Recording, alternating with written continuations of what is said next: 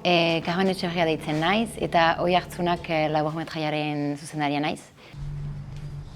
Kaixo. Kaixo.